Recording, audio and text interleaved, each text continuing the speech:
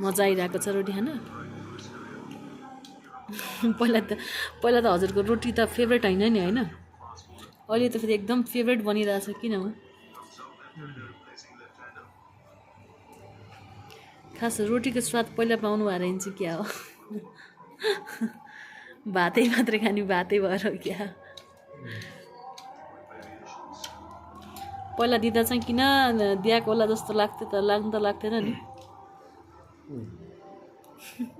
उत्तर फेरि